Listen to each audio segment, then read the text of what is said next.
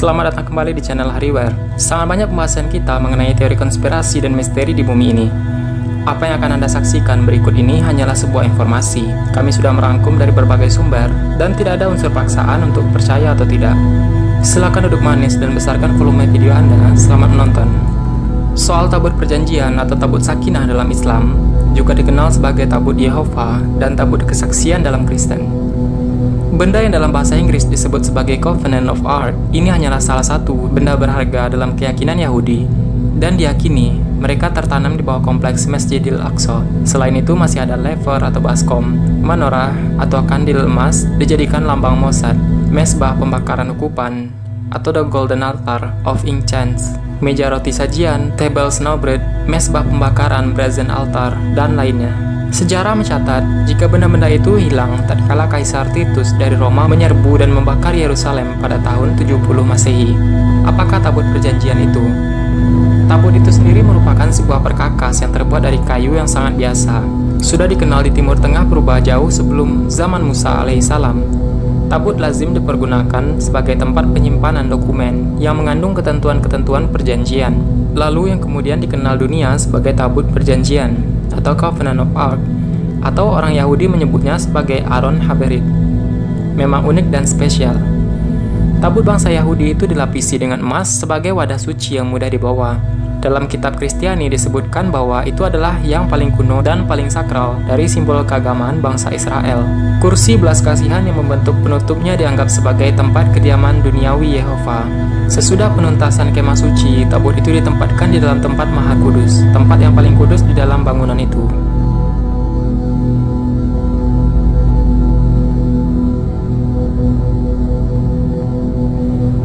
Dalam Islam juga diterangkan mengenai tabut ini. Sesungguhnya tanda ia akan menjadi raja ialah kembalinya tabut kepadamu. Di dalamnya terdapat ketenangan daripada Tuhanmu dan sisa daripada peninggalan keluarga Musa dan keluarga Harun. Tabut itu dibawa oleh malaikat. Sesungguhnya pada yang demikian itu terdapat tanda bagimu jika kamu orang yang beriman. Tabut sebagaimana yang diceritakan dalam Al-Quran adalah satu anugerah Tuhan pada Bani Israel. Di dalamnya terdapat sebuah kitab suci. Ia berukuran 3 hasta panjang dan 2 hasta lebar. Ia mempunyai berbagai keistimewaan. Keberadaannya dulu begitu kuat dan sangat berpengaruh terhadap bangsa Israel semenjak peristiwa Eksodus keluar dari tanah Mesir. Namun benda itu kini telah hilang ditelan masa, lenyap dari sejarah, dan tak ada yang tahu di mana letaknya sekarang. Sejarah dari benda ini dimulai dari Yerusalem, kota yang mungkin terlalu suci bagi banyak orang. Di tengahnya terletak sebuah bukit bernama Gunung Moria, yang kini menjadi situs Dome of the Rock, atau Kubah As-Sakrah yang luar biasa. Selain Dome of the Rock, di kompleks tersebut Al-Haram As-Sarif terdapat Masjidil Aqsa. Dari sini, Nabi Muhammad SAW dinaikkan ke langit, atau Sidratul Muntaha dalam peristiwa Mi'raj. Jauh sebelum itu, Nabi Isa alaihissalam menyembuhkan orang buta dan sakit di sini, sehingga kaum Kristiani juga menyebutnya Tanah Suci. 1000 tahun sebelumnya, Nabi Sulaiman alaihissalam membangun bait aslinya di gunung ini, dan untuk menyimpan benda misterius yang disebut The Ark of the Covenant atau Tabut Perjanjian. Di masa itu, tempat ini adalah pusat dari agama Yahudi. Bagaimana tabut itu sampai di Masjidil Aqsa dan bagaimana bisa lenyap dari Yerusalem, itulah teka-teki yang mengundang obsesi. Apa yang terjadi pada benda terpenting di perjanjian lama ini sehingga bisa lenyap begitu saja? Kisah tabut itu berawal lebih dari 3000 tahun yang lalu.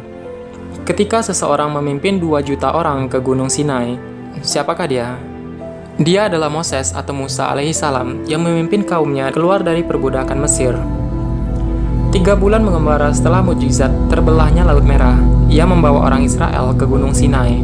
Tuhan akan melimpahkan hadiah yang belum pernah ada bagi umat manusia. Dari ratusan hukum yang ada di dalam perjanjian lama, semuanya seolah diturunkan dari suatu tempat. Tapi tidak dengan 10 hukum besar yang dibawa Musa turun dari Gunung Sinai ini. Ada 10 perintah Tuhan yang diturunkan kepada Musa di Gunung Sinai, dan perintah-perintah itu tertulis pada 2 loh batu. Musa juga membuat tempat atau wadah yang digunakan untuk menyimpan 10 perintah Tuhan yang disampaikan kepadanya di Gunung Sinai, yaitu apa yang kita sebut sebagai tabut perjanjian. Tabut itu terbuat dari kayu keras yang disebut akasia. Bagian luar dan dalamnya disepuh dengan emas murni. Di sudut-sudut tabut harus ada 4 cincin emas, di mana kayu pengusung yang juga disepuh dengan emas dapat dimasukkan untuk membawa tabut tersebut. Tutupnya juga disebut sebagai tumpuan kaki Tuhan. Harus juga terbuat dari emas murni, di mana patung malaikat bersayap emas atau kerubim juga diletakkan di ujung-ujung atasnya dan saling berhadapan. Tabut itu berfungsi sebagai sambungan langsung bagi Musa pada Tuhan. Akan muncul awan cerah di atas tutup emas di antara kerubim itu saat Tuhan ingin menyampaikan sesuatu pada hambanya. Tuhan memerintahkan hanya pendeta dari suku Lewi yang bisa membawanya. Berat tabut itu mungkin beberapa ratus pon, tapi menurut legenda, ia bisa terangkat sendiri walaupun tidak ada seorang pun yang mengangkatnya. Bahkan pendeta Lewi yang boleh menatapnya. Jadi mereka selalu menutupinya dengan kain biru dan kulit binatang. Sejak awal, tabut itu sudah menampakkan sisi berbahaya. Beberapa hari kemudian, dua keponakan Musa mencoba memberikan persembahan kepada tabut itu, dan keduanya langsung mati terbakar. Menurut legenda, kerubim itu memercik tanpa henti, menghanguskan orang dan benda yang menyentuhnya. Tabut itu mendampingi kaum Israel 40 tahun lamanya selama mereka mengembara dan berperang. Bersama tabut itu, orang Israel mampu menaklukkan tanah yang dijanjikan. Benda ini mengandung kekuatan dan kepentingan yang tak terbayangkan. Menurut cerita dalam Alkitab Yahudi, tabut itu dibawa di depan pasukan dalam setiap pertempuran selama penaklukan orang Israel akan tanah Kanan. Ada catatan luar biasa bahwa tabut itu terangkat dari tanah dan terbang menuju ke arah musuh sambil mengeluarkan suara-suara arangan. Satu orang malang bernama Uza hanya berniat menstabilkan tabut tersebut saat tampak goyah sewaktu diangkat oleh para pendeta Lewi, dan ia langsung mati terbakar. Sesudahnya Musa memerintahkan agar dibuatkan kemah atau tenda untuk meletakkan tabut itu, bukan untuk melindunginya dari orang-orang, tapi justru sebaliknya. Sekarang ini terdapat beberapa kemungkinan letak keberadaannya berdasarkan dokumen-dokumen kuno Yahudi. Diperkirakan bahwa tabut ini disembunyikan di Gunung Nebo, di tepi Sungai Yordan sebelah timur. Wilayah ini merupakan negara Yordania sekarang, tetapi tanpa petunjuk tentang keberadaan tabut ini. Ada yang memperkirakan bahwa tabut ini disembunyikan di sekitar Laut Mati di sebelah barat Sungai Yordan. Lokasi ini menjadi perhatian karena dekat dengan situs kuno Qumran, tempat di mana gunungan Laut Mati ditemukan. Di tempat ini dipercaya bahwa tabut dan artefak lainnya dikubur di salah satu gua suci seperti halnya gulungan Laut Mati. Pandangan lain juga mengatakan bahwa tabut ini berada di bawah Yerusalem dalam terowongan gua. Ada juga yang memperkirakan lokasinya di situs penyaliban Gordon Calvary, The Temple Institute yang berada di kota Yerusalem Tua, suatu organisasi ultra-ortodok Yahudi yang juga mengabdikan diri untuk merancang dan membangun kembali kuil Yahudi, mengatakan bahwa tabut tersebut berada di bawah puncak kuil, dan mereka percaya bahwa tabut ini akan timbul saat kuil Yahudi tersebut dibangun. Sekarang ini dipopulerkan oleh buku The Sign and the Seal, The Quest for the Lost Ark of Covenant oleh jurnalis Inggris Graham Hancock. Menurut buku ini diperkirakan bahwa tabut ini dibawa keluar dari Yerusalem kuno pada zaman raja. Banyak versi dari cerita ini, tapi diperkirakan yang melakukan hal ini adalah putra Sulaiman dari Ratu Seba. Putra Ratu Seba diperkirakan bernama Menelik, yang dikatakan bahwa ia telah membawa tabut ini ke sana untuk menjaga keamanannya. Hal ini menurut kronologi kerajaan Ethiopia. Cerita ini juga berkembang di kalangan Yahudi hitam Ethiopia atau yang lebih dikenal dengan Falasa.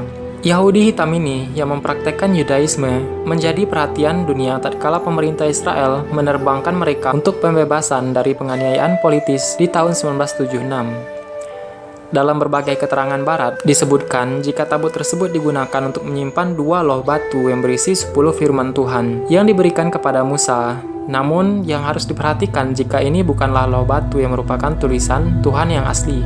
Karena loh batu yang asli sudah dicampakkan dan dipecahkan oleh Musa ketika turun dari bukit dan menjumpai orang-orang Yahudi yang menari-nari memuja patung sapi betina. Hal ini dalam Al-Quran juga disinggung dalam surah Al-Baqarah atau sapi betina, yang banyak tidak diketahui orang.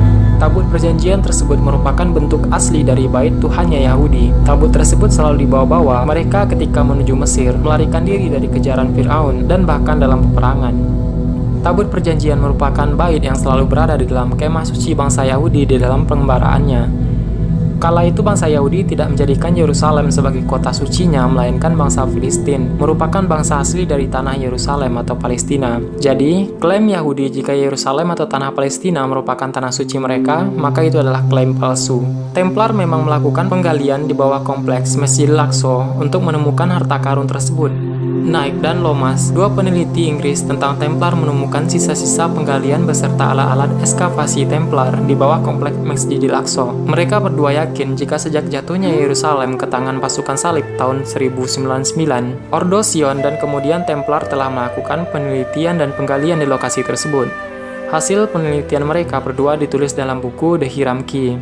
Kaum Yahudi meyakini benda-benda tersebut masih berada di bawah kompleks Masjidil Aqsa. Sejak tahun 1099, mereka menggali fondasi Masjidil Aqsa dan hal itu terus dilakukan hingga hari ini. Lebih dari 9 abad menggali, banyak yang percaya bahwa jika alasan mereka untuk mencari benda-benda itu hanyalah dusta belaka, mereka sesungguhnya ingin merubuhkan Masjidil Aqsa dan menggantikannya dengan pembangunan kuil ketiga mereka di atas reruntuhan fondasi Masjidil Aqsa yang telah hancur, sebab itu menjadi kewajiban bagi mereka. Kami rasa cukup dulu, bagaimana menurutmu? Semoga bermanfaat. Terima kasih sudah menonton, pastikan selalu mendapat video terbaru. Lihat juga episode sebelumnya dan selanjutnya jika kamu penasaran. Dan jika suka, jangan lupa dukung channel ini, kamu bisa subscribe, like, dan share. Silahkan berikan komentar dan kita bisa berdiskusi dengan semua orang yang ada di sini. Terima kasih.